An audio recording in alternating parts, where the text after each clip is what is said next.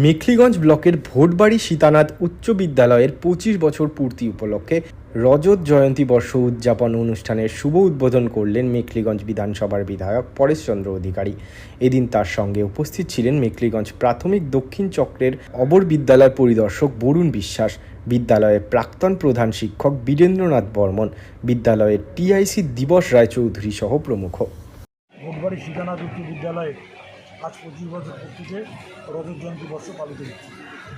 এই রজত জয়ন্তী বর্ষে প্রাক্তন এবং বর্তমান সমস্ত শিক্ষকরা, পরিচালন কমিটি, প্রাক্তন এবং বর্তমানের পরিচালন কমিটি এবং এই এলাকার সমস্ত গুণীজন তারা উপস্থিত হয়েছেন। বিদ্যালয়ের ভূমিদাতা তারাও উপস্থিত হয়েছেন। আমি সকলকে আন্তরিকভাবে অভিনন্দন জানাই। বিদ্যালয়ের উদ্দেশ্যে কী বার্তা দেবেন?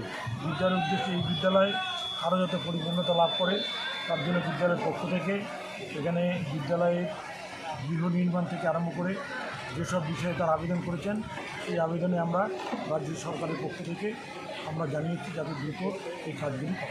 3 দিনব্যাপী নানা রকম অনুষ্ঠান রয়েছে, প্রশাসনকে কতটা দৃষ্টিকোণ থেকে অনুরোধ করবেন? প্রশাসনের দিক থেকে আমরা এই বিদ্যালয়ের 7, 8 এবং 9 তারিখ যাতে বিদ্যালয়ের সমস্ত অনুষ্ঠান খুব সুন্দর এবং ভাবে বর্ণাঢ্য মিছিলের মধ্যে দিয়ে আজকে যেমন শুরু হলো, এবং আমরা আশা করি সমস্ত বিদ্যালয়ের অনুষ্ঠানটাই সম্পূর্ণরূপে খুব সফলতার সাথে করা।